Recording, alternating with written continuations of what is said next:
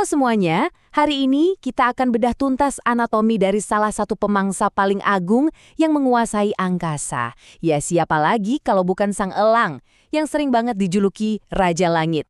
Nah, kutipan ini rasanya langsung membawa kita ke dunia mereka ya kan?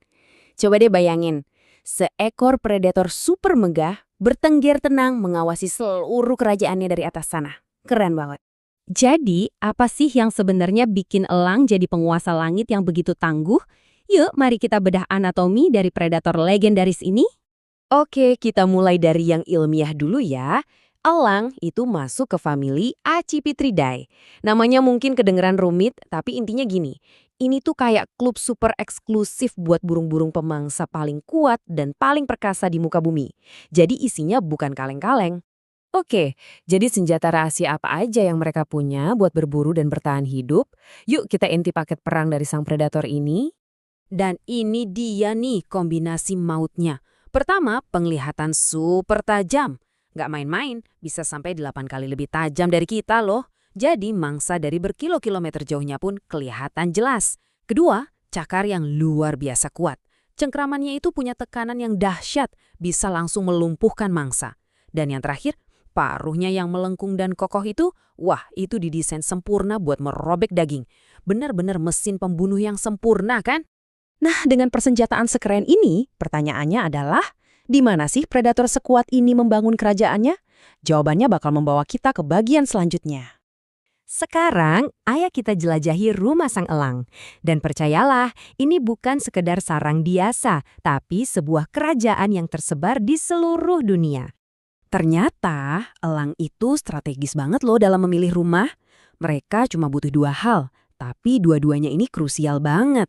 Sumber makanan yang melimpah ruah dan lokasi yang super aman buat bikin sarang dan membesarkan generasi penerusnya. Simple, tapi ini kunci keberlangsungan hidup mereka. Dan coba lihat, kemampuan adaptasi mereka tuh luar biasa banget. Mulai dari puncak-puncak gunung terjal, tempatnya si elang emas berkuasa, kita seolah-olah terbang ke hutan hujan tropis yang lebat. Nggak cuma itu, mereka juga menaklukkan padang rumput yang luas, menguasai daerah pesisir kayak elang laut, bahkan sampai ke rawa-rawa basah kayak elang ikan Afrika. Benar-benar penguasa sejati di hampir setiap sudut bumi. Iya, kemampuan adaptasi yang gila-gilaan inilah yang bikin mereka bisa membangun dinasti di seluruh penjuru dunia. Dan melahirkan begitu banyak spesies yang luar biasa beragam. Nah, ini dia beberapa anggota keluarga kerajaan mereka. Ada elang emas yang ikonik, terus elang botak yang jadi simbol keagungan di Amerika Utara, ada juga elang harpi raksasa dari hutan hujan, sampai elang laut Steller yang perkasa. Masing-masing dari mereka itu adalah mahakarya adaptasi di habitatnya sendiri. Oke, kita udah tahu di mana sang raja tinggal. Sekarang saatnya kita ngintip dapurnya. Kira-kira apa aja sih yang ada di piring sang predator ini? Kalau dilihat-lihat, diet mereka ternyata fleksibel banget. Mamalia kecil kayak kelinci atau tupai emang jadi menu utama. Tapi mereka ini nggak pemilih. Burung lain, ikan, reptil, bahkan sisa-sisa bangkai pun bakal disikat kalau ada kesempatan. Mereka ini pemburu oportunis sejati. Tapi jangan salah sangka dulu, nggak semua elang punya menu yang sama. Justru disinilah kejeniusan mereka kelihatan. Menu makanannya bisa berubah total tergantung di mana mereka tinggal dan dari spesies apa mereka. Ini membawa kita ke dua strategi berburu yang beda banget. Ada tipe generalis kayak elang emas yang bakal makan apa aja yang bisa dia tangkap. Terus ada tipe spesialis, contohnya elang laut, yang udah melatih kemampuannya sampai jadi ahli menangkap ikan dari udara. Dua jalur evolusi yang berbeda, tapi dua-duanya sama-sama berhasil membawa mereka ke puncak rantai makanan.